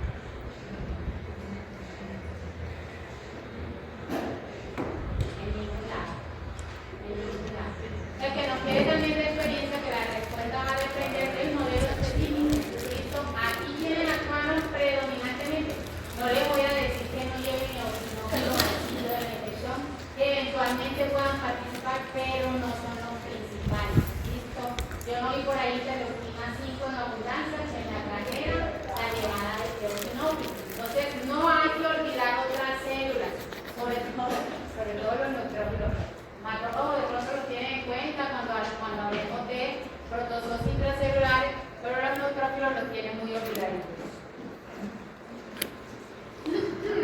Rápidamente voy a hablarles, yo creo que ya lo hemos dicho, como una síntesis de lo que puede hacer la ameba para evadir la respuesta inmune. Entonces, recuerden que la ameba puede desarrollar estrategias que le permitan la resistencia al complemento. Un mecanismo que puede utilizar la ameba para resistir al complemento, sobre todo cuando pasa la circulación va a llegar al hígado y demás, sigue siendo un factor de virulencia muy importante y es la leptina galganar. La leptina galganar tiene un dominio muy parecido a una proteína que es la CD59, que expresan normalmente las células del hospedero. Esa proteína va a inhibir la formación del complejo de ataque de membrana del complemento. Entonces, la leptina, como tiene ese parecido, también tiene el mismo efecto. Entonces, es un mecanismo que utiliza la ameba para evaluar el complemento. La trombocitosis es otro mecanismo por el cual puede evadir el complemento. ¿Cómo dijimos que era la trombocitosis? Expresa antígenos en su membrana que son de las células del hospedero. Nuestras células, para que no sean atacadas por su propio complemento, expresan esas proteínas. Entonces, durante esa trombocitosis, el parásito puede tomar esas proteínas y expresarlas en su membrana y de esa manera, pues, no va a ser atacada por el complemento. También las proteasas del parásito pueden degradar. ¿Cuáles proteasas he mencionado para el cansancio? Las proteínas. Yo les dije, degradan moco, pero también degradan inmunoglobulina, pero también degradan fracciones del complemento, pero también degradan péptidos antimicrobianos. Todo eso lo utiliza el parásito para evadir la respuesta inmune. ¿Qué les dije yo en la diapositiva anterior que utilizaban estas células para matar al parásito? La producción de óxido nítrico y después se reactiva el oxígeno. La ameba tiene mecanismos para evadir eso. ¿Qué puede hacer la ameba? La ameba tiene una enzima que se llama la arginasa. Y se llama arginasa, ¿sobre quién actúa? La arginina. ¿Sí? Solamente hay que saber que la arginina es el sustrato para producir óxido nítrico. Entonces, está robando el sustrato para la producción de óxido nítrico y de esta manera se disminuye la producción de esta molécula, que es de gran importancia para el control del parásito. ¿Listo? Y adicionalmente tiene toda una maquinaria enzimática. Yo no les voy a poner que se aprendan todos los nombres de enzima, pero la idea central sí tiene una maquinaria enzimática que me puede actuar o inactivar las especies reactivas de oxígeno. Y con eso ya está contrarrestando esos dos efectos.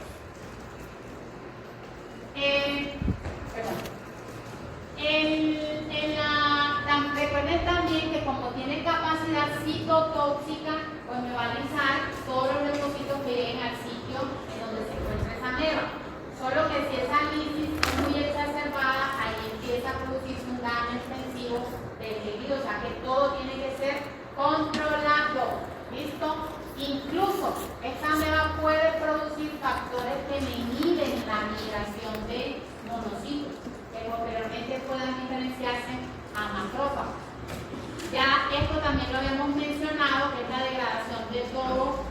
todo lo que se encuentre de ese parásito en términos de anticuerpos, péptidos antimicrobianos y demás.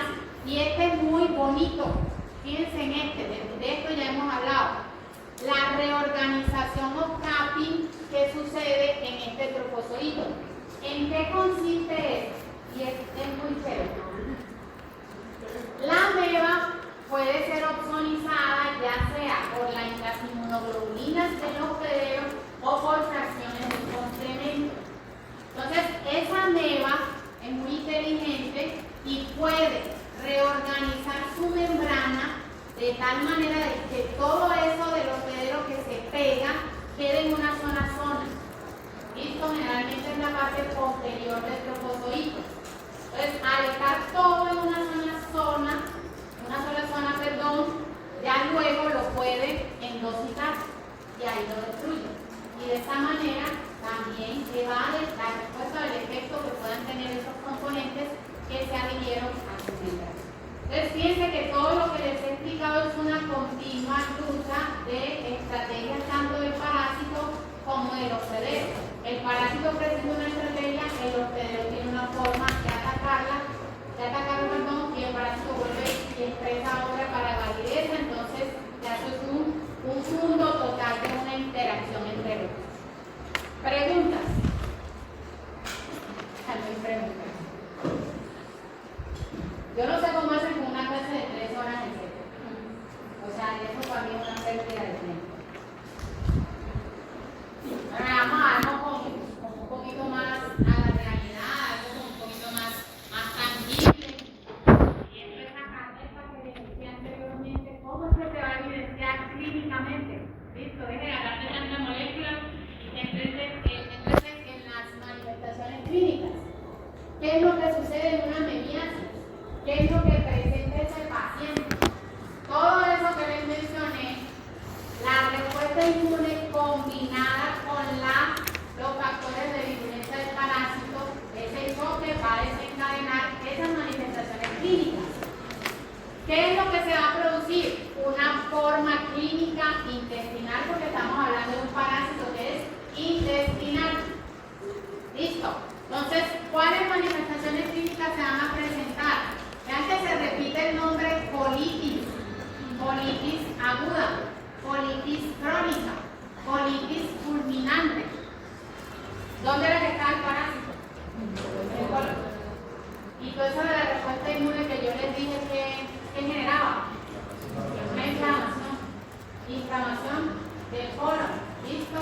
Y eso va a tener efecto sobre la fisiología del intestino grueso, ya lo vamos a ver. Y ya lo de agudo, crónico o fulminante va a depender del grado de extensión que tenga esa infección, de la carga parasitaria, de las capas del intestino que están afectadas, de la rapidez con la que se genera esa sintomatología, de la duración de esos síntomas. Si yo les digo colitis aguda, ¿cuánto más o menos puede durar esa sintomatología del paciente? Generalmente uno dice que de 2 semanas, 3 semanitas máximo. ¿Listo? Ahí ya sea por el mismo paciente o por efectos del tratamiento, se controló la infección. Si les digo crónico, muchos meses. Hay pacientes que describen episodios intermitentes de diarrea que duran años. ¿Listo? Porque nuevamente es una lucha entre lo que puede hacer el parásito y lo que puede hacer el hospedero. Eso es una colitis crónica y fulminante, que se da, no es lo más común, pero se da. ¿Qué es fulminante? Rapidísimo, no solamente es la rapidez, sino que en par patadas, digámoslo así, esa ameba atraviesa todas las capas y también todo el intestino.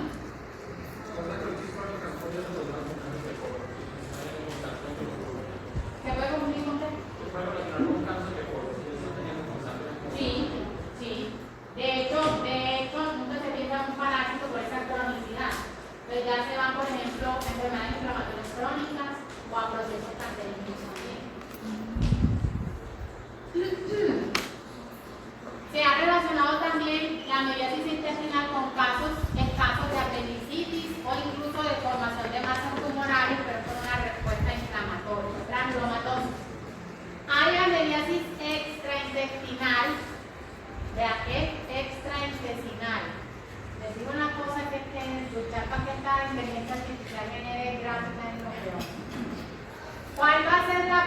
igual forma, extraintestinal es la mediasis hepática, porque va a ser el principal órgano de diseminación del parásito, por cercanía. Luego vamos a hablar de las manifestaciones clínicas de esa mediasis hepática. Entamoeba histolítica es un parásito intestinal, pero puede producir lesiones cutáneas. Es muy raro, sí, pero nuevamente el mensaje es: no descartemos estos parásitos con localización intestinal que puedan estar asociados con otro tipo de sintomatología. Tienen que cumplir muchos factores del universo, sí, pero hay que tenerlo en cuenta.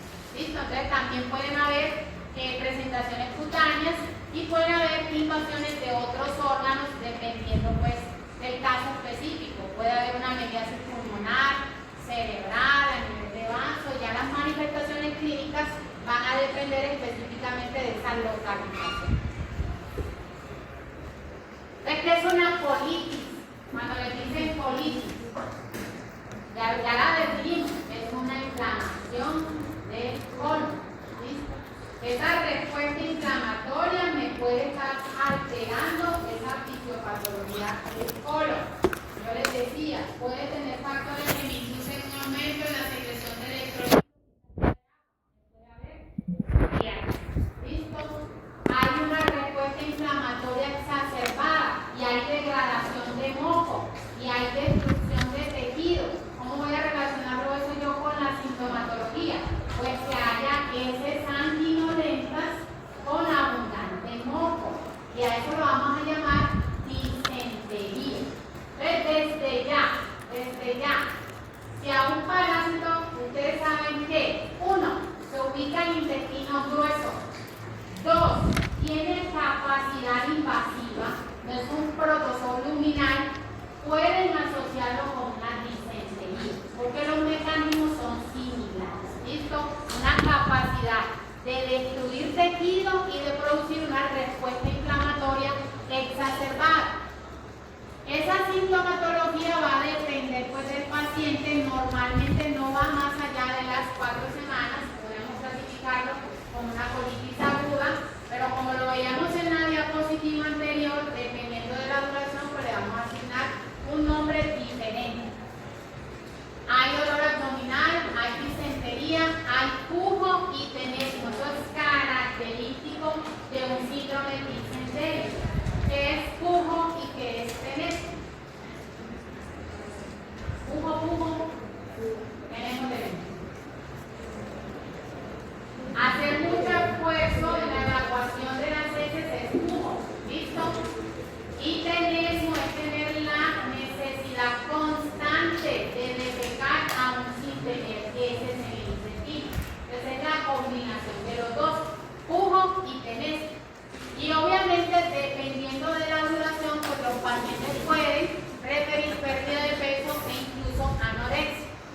Hay una alteración asociada a la mediasis histológica y es lo que llamamos las úlceras en forma de cuello de botella. ¿Por qué? Porque la ameba hace un huequito pequeño en la entrada y luego ya empieza a comerse el tejido lateralmente. Entonces aumenta el tamaño de la úlcera, pero por debajo. Entonces esas son las úlceras en forma de cuello de botella. Aquí las estamos viendo, no sé si alcanzan a ver. Todas estas son úlceras. Entonces en la medida en que más haya multiplicación del parásito, más zonas del intestino se van a afectar.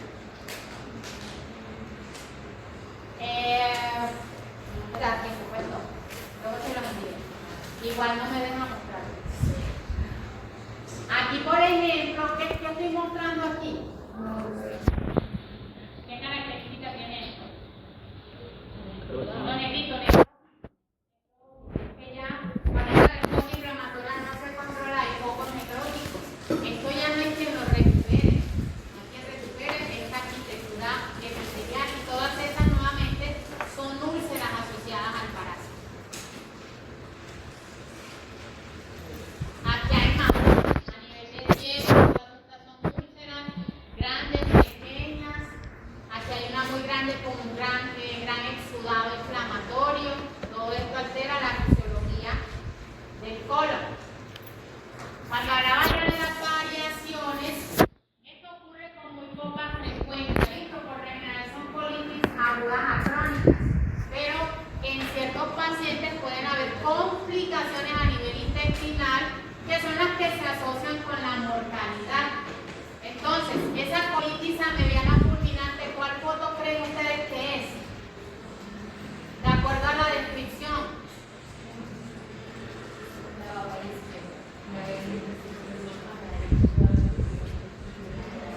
Invasión de mucosa submucosa, alteración extensa del colon. Si ven todas estas zonas amarillas, todas estas son úlceras. Y se ve que ese pobre tiene úlceras hasta el fondo. Esto muchas veces incluso ocupan todo el intestino grueso. Entonces esto es característico de esa colitis amebiana fulminante, en donde el paciente sigue teniendo esa diarrea disentérica. Ameboma, también se ha descrito el desarrollo de amebomas. Sería hasta poquito. Algunas veces se da una respuesta granulomatosa, listo, con acumulación de tejido conectivo. Y esto lo que va a formar es una masa. Y algunas veces tiene la apariencia de un tumor, por eso se le llama ameboma. Una complicación de ese ameboma, ¿cuál puede ser? Está escrita en la asignación. La obstrucción a nivel intestinal, aquí ya está tapadita esa luz intestinal, ahí se gana una peritonitis o una perforación intestinal, que es esta que ustedes ven aquí. El parásito puede, con esa capacidad destructiva, llegar hasta la serosa del intestino y ocasionar un hueco. Y ahí ya al peritoneo se van bacterias, se van tropozoitos, todo el mundo ahí, y ya es un poquito más reservado el pronóstico. Y finalmente este es muy rarito, es lo que llamamos el megacolon tóxico. Eso es un cóctel de mediadores inflamatorios y toxinas, no necesariamente del parásito, sino de las bacterias, que puede traer el parásito o facilitar el parásito que entren o que aumenten a nivel intestinal. ¿Cuál sería? Este es un aumento en el grosor, en el tamaño del colon, perdón, por eso se llama megacolon. Y es tóxico porque se deriva de todos esos productos que pueden estar desencadenando una inflamación intensa y prolongada. Entonces, son complicaciones derivadas de una amebiasis intestinal. Estoy, pero ya hablando a mí, sinceramente. Ya no hay. Yo los entiendo, yo estaría igual, pero yo tengo que seguir cumpliendo mi papel. Así que estoicamente tengo que seguir con la clase hasta las 12. Ya vamos a terminar con esto.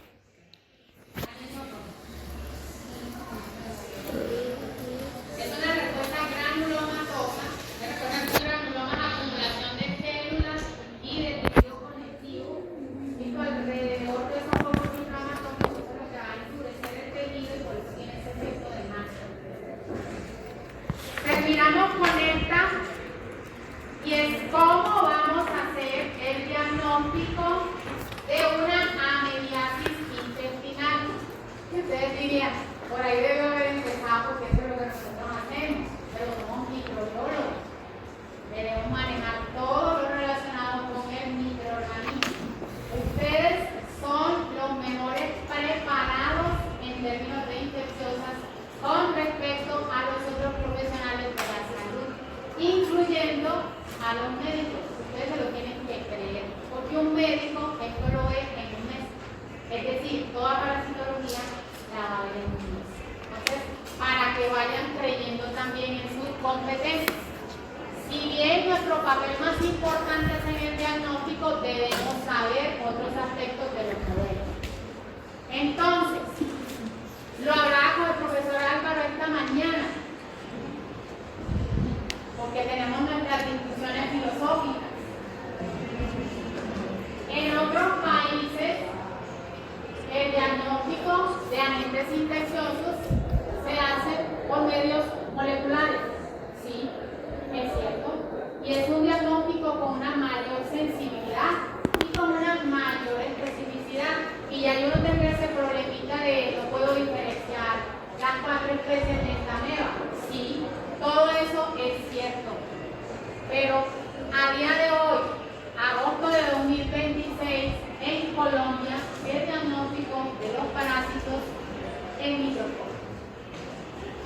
que se tienen que lanzar a la política, tienen que invertir y que aquí se implementen esas estrategias. Muchas veces el estudiantado demerita lo que se enseña en estos cursos porque dice que no cambia, que porque no ha cambiado la estrategia de diagnóstico en los cursos y seguimos usando el microscopio. Ese reclamo no nos lo tienen que hacer a nosotros. Somos conscientes de las desventajas que tienen estas estrategias, pero hay que trabajar con lo que hay. Y lo que hay siempre en un laboratorio va a ser un microscopio. Luego de este mensaje, que espero que llegue a alguien, vamos a ver qué estrategias utilizamos para ese diagnóstico. La de siempre y la que ustedes van a utilizar en el laboratorio. Es el diagnóstico microscópico por coprológico. Un examen microscópico de la materia fecal, que es muy poco sensible, que se necesita llevar muchas muestras al laboratorio, que debemos tener mucha experticia, sí a todo eso. Pero tienen que entrenar en ese diagnóstico. ¿Listo? ¿Qué vamos a identificar en el caso de las amebas? Ya los estadios que ya les mencioné, sean trofozoitos o sean quistes. Si es un paciente asintomático, pues lo que van a predominar van a ser los quistes. ¿Listo? En otras latitudes se puede hacer un diagnóstico inmunológico de una amebiasis intestinal, pero no para detectar anticuerpos, que esa es otra de ustedes. Cuando le ponen inmunológico enseguida, ¿cuál es el rango de detección? Anticuerpos. No. Si yo con una muestra de suero del paciente y le detecto anticuerpos anti-ameba, eso puede tener mucha reactividad cruzada y puede hacer referencia a una infección anterior, no actual. Entonces, cuando hablo de pruebas inmunológicas, hago referencia a la detección de antígenos del parásito en la materia fecal. Para eso hay muchos kits comerciales, hay pruebas inmunocromatográficas, hay kits de ELISA, hay kits de inmunofluorescencia que me detectan esos antígenos. ¿Listo? Lo tenemos en los laboratorios clínicos del país. No. De hecho, antes teníamos una práctica en donde hacíamos el ensayo de ELISA para detección de antígenos, pero ni siquiera las casas comerciales distribuyen esas pruebas. O sea que por mucho que ustedes quieran implementarlas, no las compra nadie y ya las casas comerciales dejaron de distribuirlas. Pero que sepan que también es una estrategia útil para hacer este diagnóstico. Miren otra vez la lectina galvanal, sirve para todo. ¿Listo? Sirve hasta para hacer el diagnóstico. Y finalmente el que les gusta a ustedes, que para todos los ponen, que la PCR, y muy bonita la PCR, todos los que ustedes quieran. Besa la mano. Traigan ustedes, háganle la mano. Van a tener ustedes un laboratorio que tenga una PCR para cada agente infeccioso que pueda afectar a la población colombiana. No. ¿Listo? No. Se pueden utilizar estas estrategias cuando hay una sospecha muy grande y enseguida además de esa PCR. Pero no es lo normal. Ahora, ¿cómo podemos subsanar eso? Y ya les explico eso en la otra clase, para que vayan leyendo. Con las plataformas moleculares para identificación de patógenos, lo que llamamos los FilmArray, que es una casa comercial. Me puede detectar hasta 20 patógenos al mismo tiempo y pueden ser bacterias, virus y parásitos. Pero hasta donde sube un cartuchito de esos, pues no